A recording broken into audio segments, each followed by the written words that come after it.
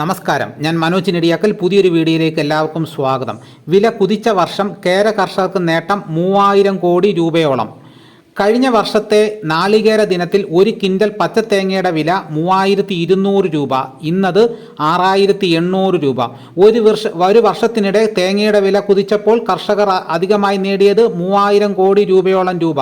പച്ചത്തേങ്ങയുടെ തറവിലയായ 3400 രൂപയിൽ നിന്നാണ് കഴിഞ്ഞ സെപ്റ്റംബറിൽ വില കയറി തുടങ്ങിയത്. 6 മാസം തന്നെ 4400 രൂപയിലെത്തി. 8000 രൂപയ്ക്ക് അടുത്ത് വരെയും കുതിപ്പ് തുടർന്നു. ഒരു വർഷത്തിനിടെ ശരാശരി 6000 രൂപ പച്ചത്തേങ്ങയ്ക്ക് കിട്ടി. കൊപ്രയ്ക്കും ഉണ്ടക്കൊപ്രയ്ക്കുമെല്ലാം ശരാശരി 20000 രൂപയും. ദീപാവലി, നവരാത്രി ആഘോഷങ്ങൾ മുന്നിലുള്ളതിനാൽ വില അടുത്തൊന്നും കുറയില്ലെന്ന ആത്മവിശ്വാസത്തിലാണ് വിപണി. ഒരു വർഷം കേരളത്തിൽ 550 കോടിക്കും 600 കോടിക്കും മധ്യേ തേങ്ങ വിളയുന്നുണ്ട്. കഴിഞ്ഞ വർഷം ഉൽപ്പാദനം വളരെ കുറവായിരുന്നു. അന്തിമ കണക്ക് പുറത്തു വന്നില്ലെങ്കിലും 500 കോടിക്ക് താഴെയാണ് ഉൽപ്പാദനം. ഇതിൻ്റെ 30% ഗാർഹിക ആവശ്യത്തിനായി ഉപയോഗിക്കുന്നവയാണ്. വിപണിയിലെത്തുന്നത് ഏതാണ്ട് 13 ലക്ഷം ടൺ തേങ്ങ. ഇത്രയും തേങ്ങയ്ക്ക് തറവിലയിൽ നിന്ന് അധികമായി കിൻഡലിന് 2500 രൂപ കിട്ടിയപ്പോൾ തന്നെ കർഷകരുടെ നേട്ടം 3000 കോടി രൂപയിലേറെ.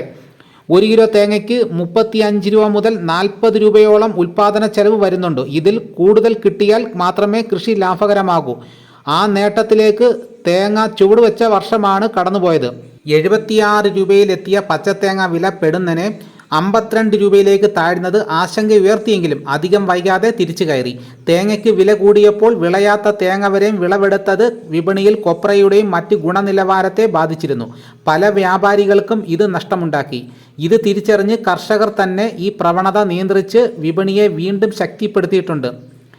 സന്തോഷത്തിനിടയിലും തിരിച്ചടി. വില കൂടിയപ്പോൾ തേങ്ങ ഉൽപ്പാദനം കുറഞ്ഞത് കേരളത്തിന് വലിയ തിരിച്ചടിയായി. പ്രധാന നാളികേര ഉൽപ്പാദക രാജ്യങ്ങളെല്ലാം ഉൽപ്പാദനം വലിയ തോതിൽ കുറഞ്ഞിട്ടുണ്ട്. കാലാവസ്ഥ വ്യതിയാനമാണ് കാരണം. ഇതാണ് കേരളത്തിലും വിനയായത്. ഇതോടുകൂടി വീഡിയോയുടെ പൂർണ്ണമാകുന്നു. എല്ലാവരും ഒന്ന് ലൈക്ക് ചെയ്ത് സപ്പോർട്ട് ചെയ്യണം. ഇതേപോലെയുള്ള വീഡിയോസ് കൃത്യമായി നോട്ടിഫിക്കേഷൻ കിട്ടാൻ ചാനൽ സബ്സ്ക്രൈബ് ചെയ്തിട്ടില്ലെങ്കിൽ ചാനൽ സബ്സ്ക്രൈബ് ചെയ്ത് വെക്കുക.